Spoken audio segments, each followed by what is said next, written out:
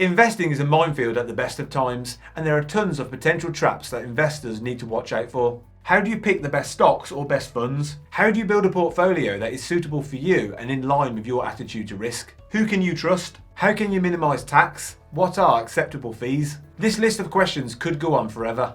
Rather than come to a grinding halt due to analysis paralysis and end up doing nothing, we're going to share with you the key areas that we think investors should focus on, and likewise the main noises that you should ignore. Whether you're a seasoned pro or an investing noob, there's a world of distraction out there and we're going to cut through that noise. Let's check it out.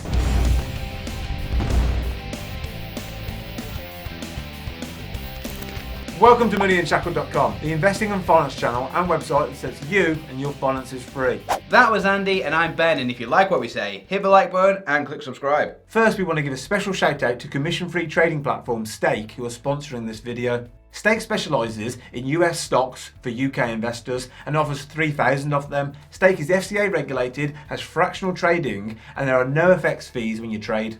And they are giving away a free US stock worth up to $100 to everyone who signs up via our link. And if you sign up at the end of 2020, they'll give you 2 free stocks. We'll put the link to the offers page in the description below, so be sure to check that out. Now, let's get into the video. Part 1, Market Noises You Should Ignore. First up, a rundown of the major factors investors should not focus on, but sadly tend to be the only things that many focus on. Performance league tables. You're bound to have seen these before. You'll find them in financial publications and newspapers. What you usually see is a big list of funds and their performance over a few different time periods, usually ranked by 3-year performance or something similar. Performance tables are our #1 biggest annoyance about the investment media and one of the biggest nonsenses. First of all, that performance is in the past and may just reflect a confined good or bad period or fad or short-term luck. Stock markets move in cycles, and assets, industries and fund managers fall in and out of fashion. For example, renewable energy and electric vehicles are the craze right now, and as a result, funds that include them are doing very well. So if you were looking at a league table, funds focusing on UK equity, which wouldn't have exposure to this, would reflect badly in the table, but ESG funds would likely be sitting pretty near the top. Whatever led those funds to the top of the league table might not necessarily repeat. Track record is useful, but it should only ever be used to start research, not conclude it. And a short-term league table is just a vanity project. Only looking at the name. When buying individual stocks, a lot of private investors tend to buy stocks just because it's a company they've heard of or their friends are buying. If you're reading about stocks, do you ignore articles on stocks that you don't know and go straight to the big names? Of course you do. We all do, and we know we're certainly guilty of this. The financial magazines and publishers know their audience, which is why in magazines like the Investors Chronicle, you get a big page on companies like Vodafone, but some unheard of stock that might be about to set the world alight only gets an inch of column space. Don't solely invest in companies just because you've heard of them, as a big name doesn't necessarily mean it's a good buy. When we're picking stocks, we tend to use a stock screener like the one found on Stockopedia just to bring back a list of stocks. We may not have heard of these, but this is where the research begins. Perhaps one way to unearth a hidden gem is to identify a consumer brand that you're familiar with and that you think is about to take off, say Apple. We picked them randomly, so don't take that as a stock tip. Then, check who supplies them. Do this with either Apple or Android phones and you discover a company called Qualcomm. Now, Qualcomm is no small fry with a market cap of $168 billion, but may have better growth potential than the big name brands, and could be well placed to take advantage of a growing list of devices that need processors. Hot stock tips. Never buy a stock just because some guy or some publication said it was a buy.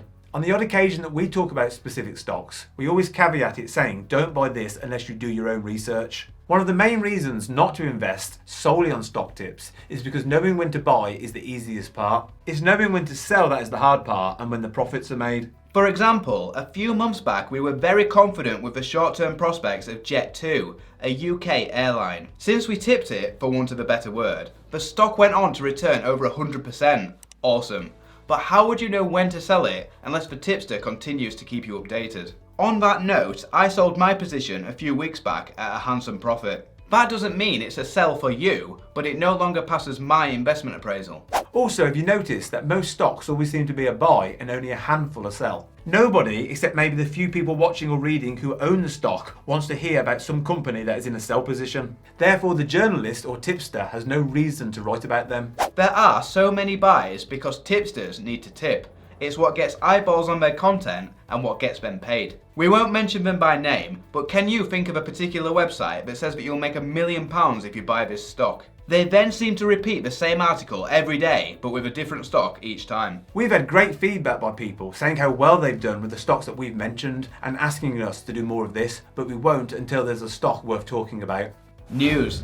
Listening to the news is such a tricky one. If you're going with a passive index investing strategy, then you can ignore the news completely and your returns will probably be better because of it. This is because the news is overly negative and fear-mongering. Again, because that's what sells. Presenting the world as a terrifying place grabs their audience's attention, and keeping eyeballs on screens is what gets them paid. Nobody would tune into the news if all they said was everything is ticking over nicely. But people do tune in when it's some scandal or catastrophic collapse in the economy or some terrorist attack.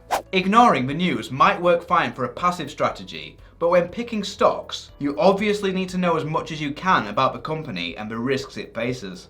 Here, you will have to just fine-tune your own news filter and work out for yourself what matters and what is just noise. Part 2, what you should really focus on. League tables, big names, pundit tips, the news cycle, all are recipes for disaster for the long-term passive investor. If you focus on the following instead, you can cut through the noise and find real sustainable returns. Fees. In our opinion, fees are one of the most important factors to consider and you need to minimise them. Which is why, if you watch our channel, you will have seen how committed we are to slashing costs. Between platforms, funds and market factors, fees can decimate returns. For instance, a 30 grand investment over 30 years earning 8% will result in a £272,000 profit. The same investment, but only returning 6% due to all manner of fees, will only result in a £142,000 profit. That's almost 50% less. Fees matter. In the past, we have said that we think robo-investing is good for those who don't want to manage their own portfolio. The odd person has commented saying the fees are higher with robo-investors than do-it-yourself platforms. But our response to this is that you need to balance the fees with the amount of effort that you need to exert and the knowledge that you have. I could save money by installing my own bathroom, but it's not the best use of my time as I don't know how to do it and the builder can do it better. However, I do pick my own investments because I do know what I'm doing there and I know how to slash fees. So, fees should be kept as low as reasonably possible. Investment returns are variable and not guaranteed, while fees are certain and so are definitely a focus area. Taxes. We are obsessed with taxes, or rather paying as little as legally possible. You should never let taxes stop you from investing, but rather you should arrange your investments in a way that maximises after-tax returns. This is often by reducing tax, but not always. Sometimes the tax matters less than the investment's overall potential. For example, when someone from the UK invests in US stocks, dividends will be subject to a 15% withholding tax. This, on average, works out to be an effective drag of about 0.3% per year, as the S&P 500 yield is around 2%. While this is less than ideal, it would have been a terrible mistake during the last few decades to avoid US stocks, and instead choose stocks from more tax-friendly jurisdictions. Historically, US stocks have smashed other stock markets, therefore focus on overall after-tax returns. Risk.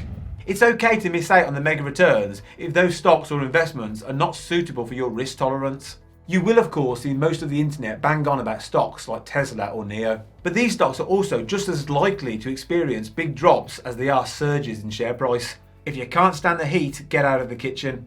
When you make an investment, it's important to understand how volatile the price is. Beta is a measure of a company's stock price volatility relative to the market.